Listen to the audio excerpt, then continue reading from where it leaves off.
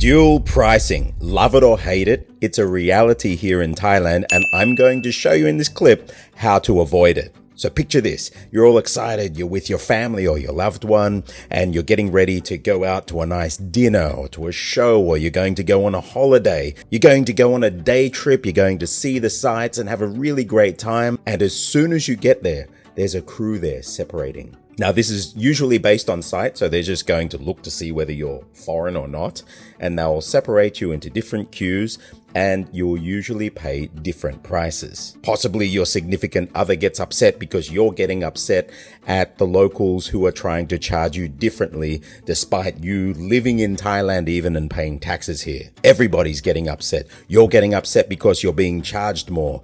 Your significant other is getting upset because you're getting upset at locals there, and why don't you just shut up and pay the price? You end up ruining your day trip, you end up ruining your trip to the museum or a restaurant, and you end up ruining your holiday, all because of dual pricing. So for those who don't know what dual pricing is, it happens in a few areas here in Thailand. Now, I'm not saying that dual pricing doesn't happen elsewhere. For example, I'm originally from Australia. So in Australia, if you are an Australian, you have a different rate for education than what foreigners would have.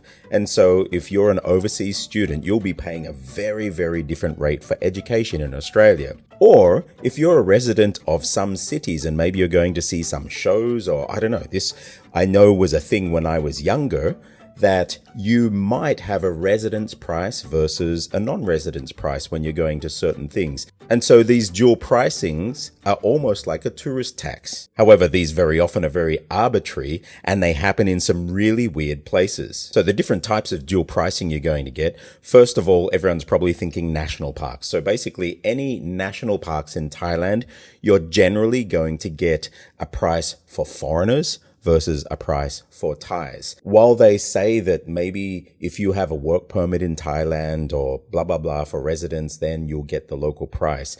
In general, if it gets to that point where they're asking to look at your ID, you've probably already lost and they're going to fight to try and get the foreigner price out of you. Other places are tourist attractions, anywhere where you're buying a ticket to get in somewhere. And then in really touristy areas, you will even see some restaurants have menus in English and menus in Thai.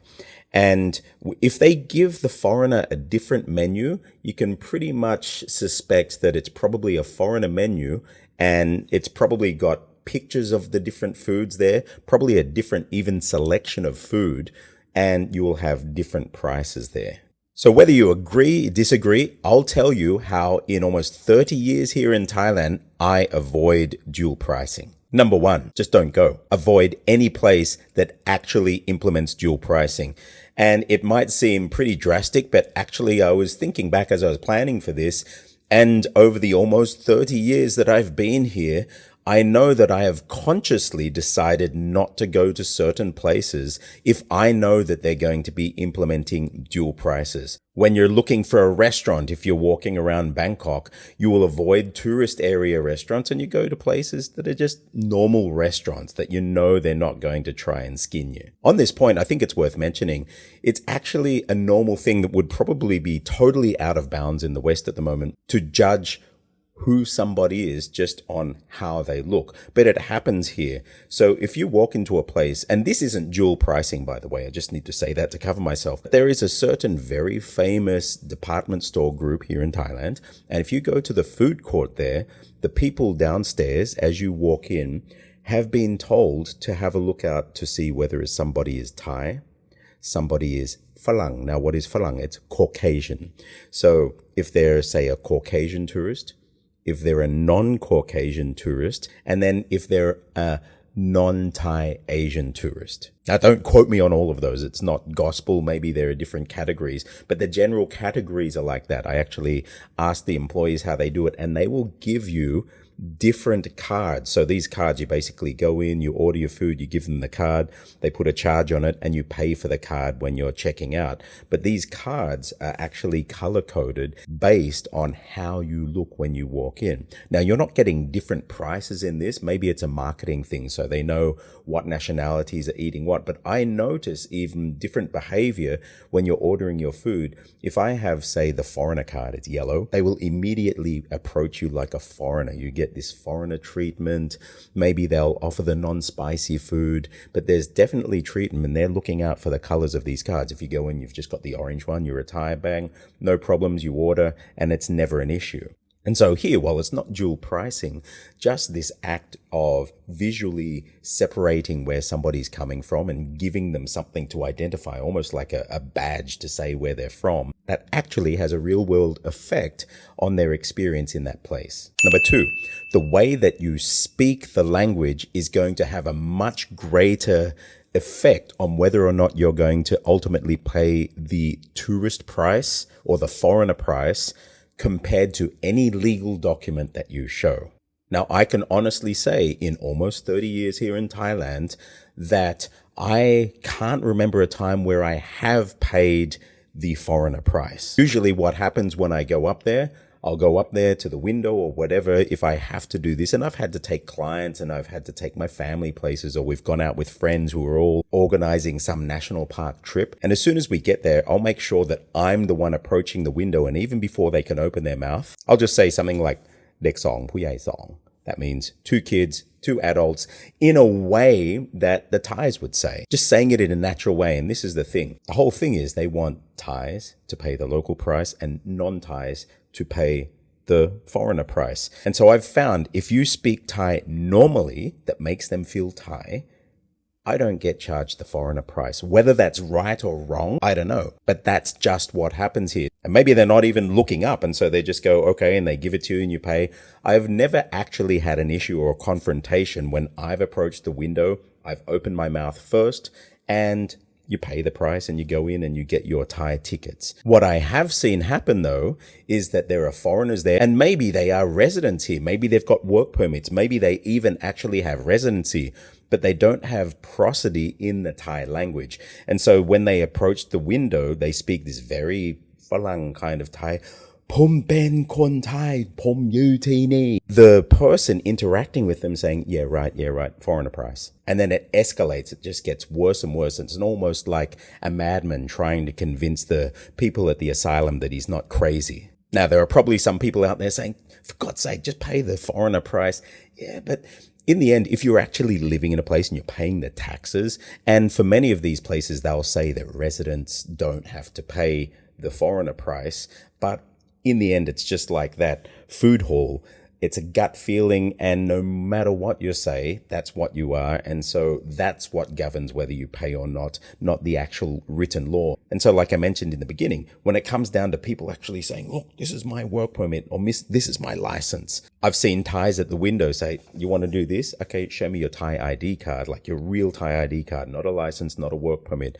We will only accept Thai ID cards. And when it gets to that point, you've lost. It's probably better either just pay the price or walk away. So if you want to up your chances of not having to pay the foreigner tax when you're going to these dual price places, not only learn the Thai language, but learn to get your prosody on point. Learn to use the language like native Thais use the language. Get your rhythm of the language and use the words and the ways that you say things the way that Thais actually do it. If you're learning from a school, very often you'll speak a foreigner version of Thai. I'm sorry to any of these schools out there that maybe are getting angry at me saying that, but I've actually seen it. I can hear a person speak Thai if they've learned at a school, and I can usually tell even maybe what school they've learned from or what kind of syllabus, because it's this kind of unnatural Thai, but you know that, yeah, it's correct Thai, but they've learned from a syllabus designed for foreigners. And then my final point, number 3, how do you avoid these dual prices? Well, learn the Thai numerals.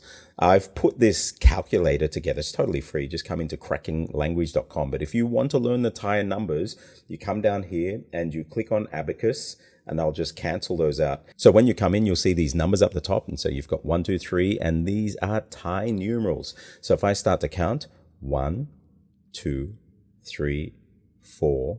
You bring these down, 5, 6, 7, 8, 9. Cancel these out, 10.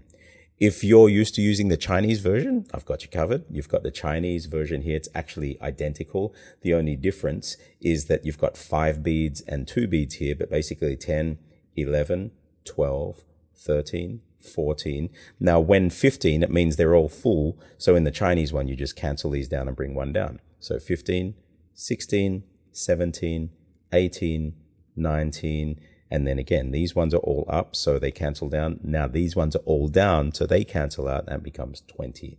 And so if you've got a price, let's say 550 baht, that would be 550. So you can learn the numerals. And so if you see this price up there, you won't see the 550. You'll probably see 50 baht for Thais. And so if you see these numerals and you see that the numerals in Thai are different to the numerals in English, well, then you know that they're using dual pricing, and you can choose to avoid that place if you want. If you do want to actually go into battle, well, then it's your decision.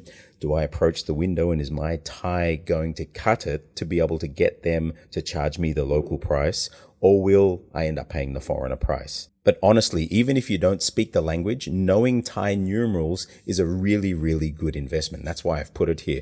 I've actually done this. You can actually learn Chinese numerals as well. You can learn Arabic. So I know we say Arabic numerals are the ones we use, but these are actually, if you're writing in the Arabic script.